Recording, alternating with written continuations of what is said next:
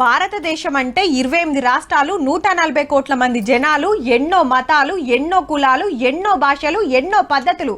కానీ దేశం అంటే అందరం ఒక్కటైతాం, ఒక్క మాట మీద నిలబడతాం. ఇప్పుడు గదే నడుస్తుంది. టెర్రరిస్ట్ బద్మాషిగాళ్ళు మన టూరిస్టులను చంపినరని తెలవంగానే అంతటా ర్యాలీలు, నిరసనలు జరుగుతున్నాయి.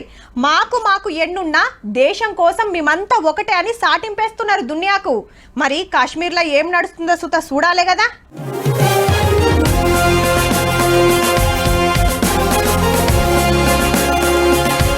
టెర్రరిస్టుల ఇల్లని తెలిస్తే చాలు బాంబులు పెట్టుడు, పేల్చి పాడేసుడు.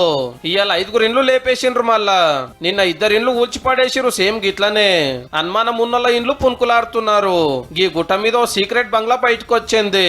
ఎవరుండేది, ఏం కమాయి చేసేది తెలుసుకునే పని నడుస్తున్నది. ఇక బడివగాలను దొరకవాడటానికి జవాన్లు తిరుగుతూనే ఉన్నారు. అగుపాటు తీసి పాడేసుడే. ఇక పహల్గామ్కే కాదు, కాశ్మీర్కే టూరిస్టులు వచ్చుడు కూడా బంద్ అయ్యింది.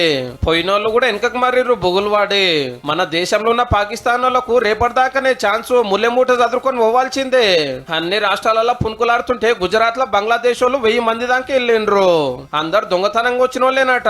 మన హైదరాబాద్ లో 208 మంది పాకిస్తాన్ వాళ్ళు ఉంటే అందరిని పంపుతున్నారు. 4కి నోటీసులు ఇచ్చిండ్రు. వాఘా బార్డర్ మూసేసే ఉంది. సింధు నది నీళ్లు కిందికి కూడా ఆపేసింది మన సర్కారు. దేనికైనా తయారుగా ఉండాలని రక్షణ శాఖ మంత్రి రాజ్నాథ్ సింగ్ సారు ఆర్మీ ఆఫీసర్లతో మీటింగ్ పెట్టిండు. ఏం చేద్దాం, ఎట్లా చేద్దామనే చర్చలు నడుస్తున్నాయి central government law.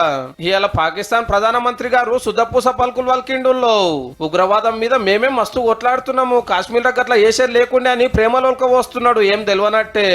We would not tolerate any kind of terrorism of any hue and color. ఇంత మాట్లాడినాడు. మళ్ళా మేము కూడా దేనికైనా తయారీ అని కయ్యానికి కాల్దువట్టే. ఆర్మీకి హుషారుగో లేస్తున్నాడు, మిసైల్ టెస్టులు చేపిస్తున్నాడు. ఇప్పటికే దివాలా తీసున్నారు. ఎందుకురా నాయన మాతోటి పెట్టుకుంటున్నారు, దుఃఖం లేనోడు దుడ్డను కొన్నట్టు.